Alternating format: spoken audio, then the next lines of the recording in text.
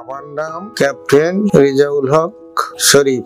শরীরের অবস্থা তো ভালোই লাগে, খারাপ না। সবাই আমার জন্য দোয়া করবেন, আমি যেন তাড়াতাড়ি সুস্থ হয়ে যাই। আসসালামু আলাইকুম, আমি পারভেজ মাহমুদ। তিনি ক্যাপ্টেন শরীফ রেজাউল হক আমার বাবা।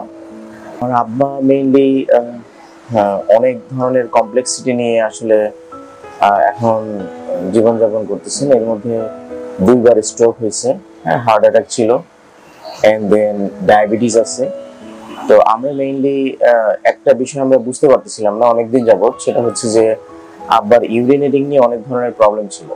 তো এই বিষয়টা যখন আমরা কিছুটা ধারণা করতে পারলাম, এই সময় ডক্টর তাসফিরা ম্যাডামের অ্যাপয়েন্টমেন্ট নেই, এন্ড দেন উনি কিছু ইনভেস্টিগেশন দিলেন, আলট্রাসাউন্ড দিলেন। এগুলো করার পরে আমরা ফাইন্ড আউট করলাম যে ওনার প্রোস্টেটটা বেশ বড় হয়ে গেছে। তখন ডক্টর তাসফিরা ম্যাডাম আমাদেরকে অ্যাডভাইস করলেন যে এটা একটা অপারেশন করা দরকার।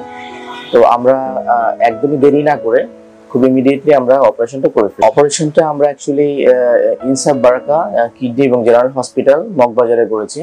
সো এখানকার সার্বিক ব্যবস্থাপনা এবং যে অ্যারেঞ্জমেন্টটা সেটা আমাদের অনেক ভালো লেগেছে। এন্ড দেন আলহামদুলিল্লাহ আব্বা এখন আগের তুলনায় অনেক ভালো। আপনারা সবাই আমার বাবার জন্য দোয়া করবেন।